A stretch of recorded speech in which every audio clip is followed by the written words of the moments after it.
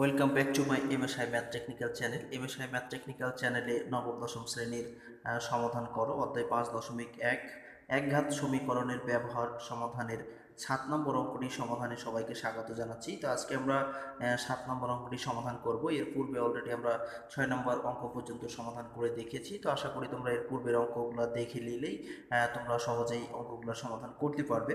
তো এখন আমরা এখানে 7 নম্বর যে অঙ্কটি আছে x minus a by a square minus b square সমান x minus B by B square minus A square, এখান থেকেই মূলত আমরা একটা মান পাবো, এক্স এর মান পাবো। তো এটা কীভাবে পাবো এটাই মূলত আমি এখন তোমাদের দেখাবো।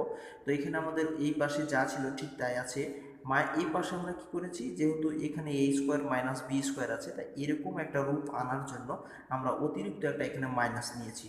তো মাইনাস নিলে কী হবে, উপরে এক্স মাইনাস বি ঠিকই আছে, আর এখানে আমরা এই মাইনাস এটাকে সামনে নিয়ে চলে আসছি, তাহলে মাইনাসে মাইনাসে প্লাস হয়ে যাচ্ছে, আর প্লাস বিটাকে এই পাশে নিয়ে নিচ্ছি, অর্থাৎ মাইনাসে প্লাসে মাইনাস হয়ে যাচ্ছে। এই কাজটাই করেছি আমরা এখানে।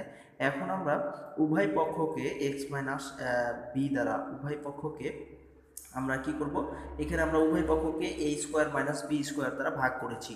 তো এখানে উভয় পক্ষকে যদি আমরা এ স্কোয়ার মাইনাস বি স্কোয়ার দ্বারা ভাগ করি, তাহলে উপরে কিছু নিচে কিছু থাকবে না, তাহলে কি থাকবে এক্স মাইনাস এ, আর এই পাশে থাকবে মাইনাস এক্স মাইনাস বি।